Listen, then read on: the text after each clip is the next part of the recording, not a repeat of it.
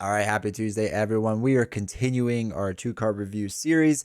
Still in Star-Lord, we're doing a leadership card, and then we're moving on to his basic cards. Because he's got some good basic cards, including the one today, though it got nerfed a little bit, but I think that's okay. I still think it's a good card. So anyway, let us pop on over to the other screen and check them out. Now, really quick for those that know, I have a podcast, right? I'm sure you know by now. Make sure you go over to wherever your favorite podcast platform is and subscribe to it. Leave a rating if you could. All that stuff really helps out the channel, helps out the podcast grow. I really appreciate a lot of you have already done that, so thank you. Honestly, it means a lot. And make sure just listen to a bunch of them. I really appreciate it. And then if you want to support this channel over here on YouTube, down below, yeah, I think you have to do it on PC, but it might work on mobile. It's like a 50-50 shot. It works. Anyway, there's a join button. You can support this channel for 99 cents a month. That stuff really helps out. I know it doesn't seem like a lot of money, but that stuff really adds up. A lot of people have been signing up at that tier. It helps out a ton. So thank you. I really appreciate it. Okay, let's get into the last leadership card in the Star-Lord pack, and that is Laser Blaster. It is a 1-cost upgrade tech weapon card attached to a guardian ally, max 1 per ally. Attached ally gets +1 attack and its attacks gain overkill. Now the overkill thing is actually really cool. I don't like that it has to attach to a guardian ally. Now, if you're Star-Lord, everyone's a guardian ally, right? You could throw out Professor X and he can be blasting away for 1 round at 1 attack with an overkill, and this will work, right? Because he now becomes a guardian ally. Don't do that.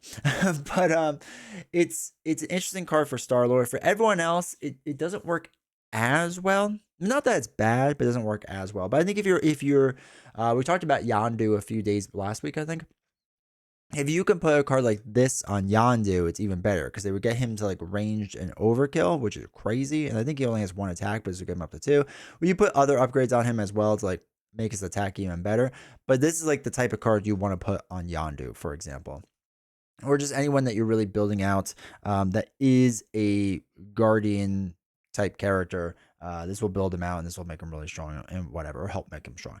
Again, I don't love that it's trait locked to Guardian. I get why they did it because they were just trying to like really focus on Guardian stuff, and I think early on, and they even do this now to a point where they have a lot of Guardian.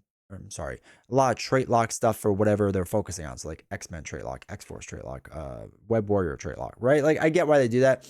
It's still nice to have general cards to like help out the older, heroes and allies. So that's the only downside of it. But if you're doing a Voltron build or you're building out your allies, definitely worth a consideration, especially with Yondu. Especially with Yondu, it's worth it. So anyway, pretty good card. Enjoy using it. All right, Cosmo.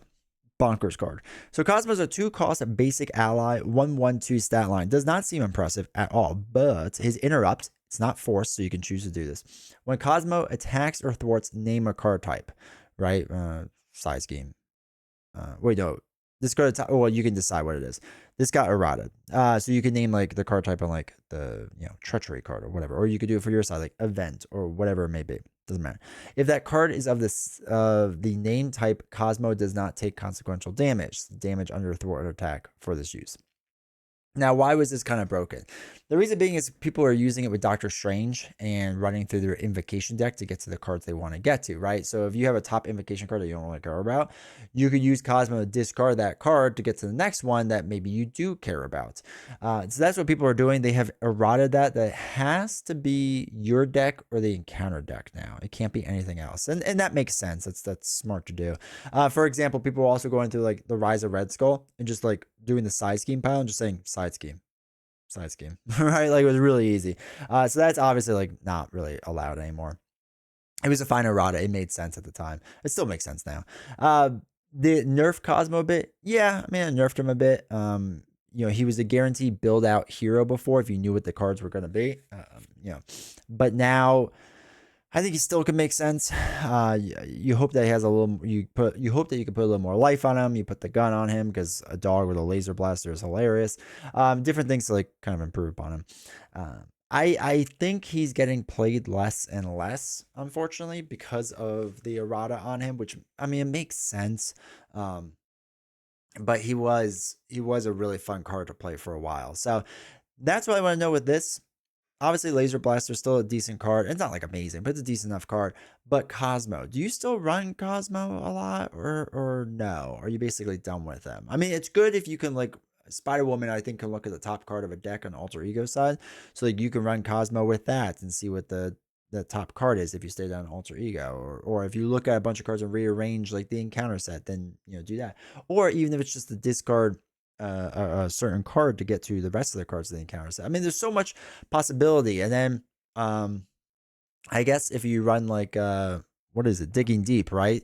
If you run Digging Deep and you know that's on top, then you discard it and you get that and you call that it's a resource. Like there's some interesting things that can be done with Cosmo, but I feel like it's almost too much work to really like the juice isn't worth the squeeze essentially. So that's what I want to know about your thoughts about Cosmo. Like, do you think he's still worth running somewhat frequently? I get now and again, but like somewhat frequently. And while you're leaving a comment down there to let me know how I'm wrong about Cosmo and wrong about Laser Blaster or wrong about whatever else, make sure you hit the like button. Make sure you hit subscribe. That really helps out the channel. I really appreciate it. And I will see you all tomorrow.